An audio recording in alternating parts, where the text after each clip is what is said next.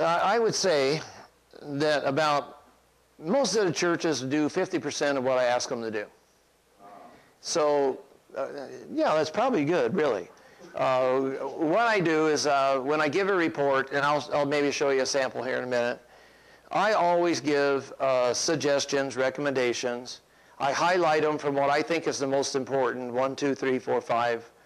So they'll get anywhere from 10, 15, 20 recommendations that are serious recommendations. Then there'll be little recommendations kind of peppered throughout the report.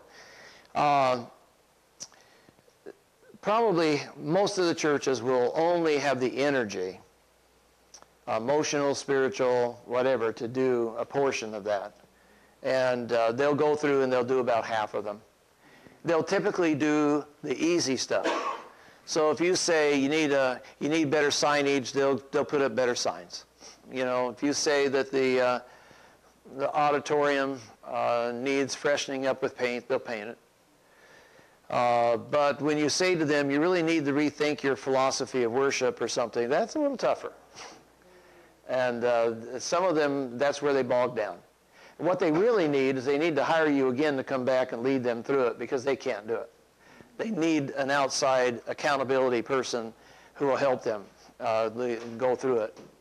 But half of them, most of them will do half of what I ask.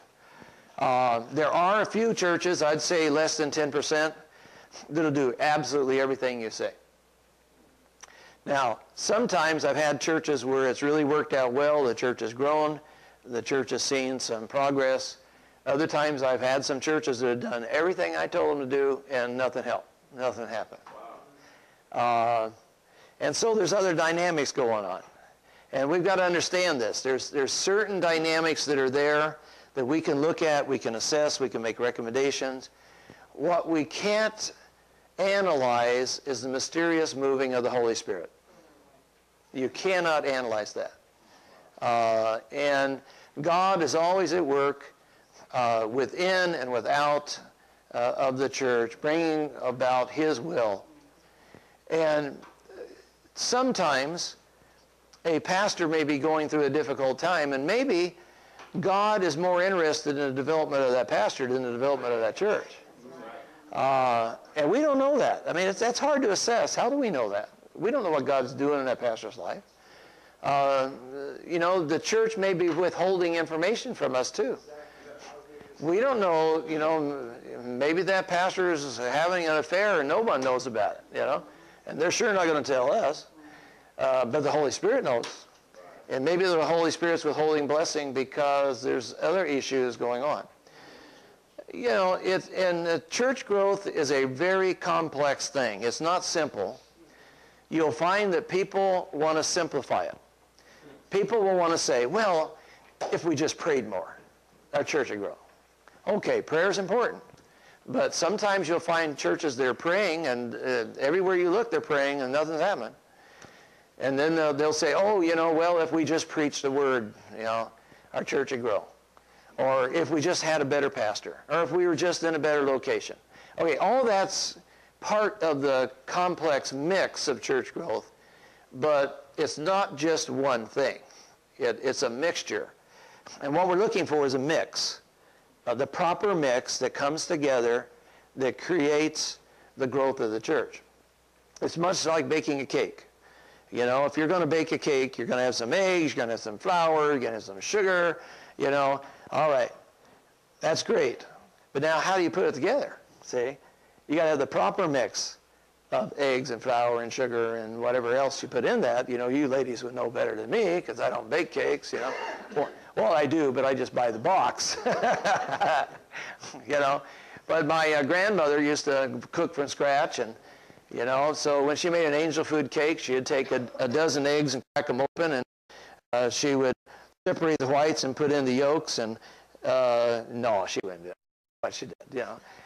But obviously, you got to put it together right if it's going to taste right. And that's what happens in a church. There is different aspects of the church, but we got to get the right mix. Sometimes we get it. Sometimes we don't. We're only human too. And so we're doing the best we can through prayer and working with the church to give them sound advice. And sometimes it's going to work, sometimes it's not. I've had some churches that just had fabulous results.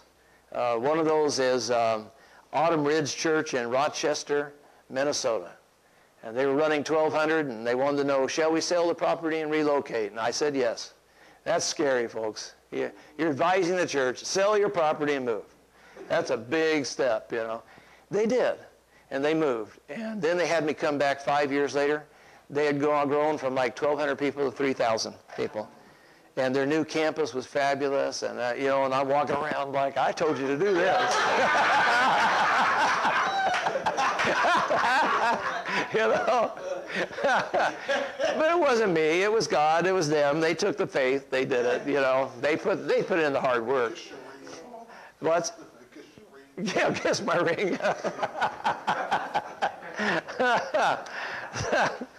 So, but, you know, most of the time they'll put something into practice, and most of the time they will improve a little bit. They will improve a little bit. Now, rare is it that they'll decline. I mean, if they've been declining, at least they'll start plateauing. If they've been plateauing, at least they'll start growing a little bit. In part because of the accountability factors, and this is why you need the charge for it. Because the charging makes them put it into practice. If you give it to them for free, they won't take it serious.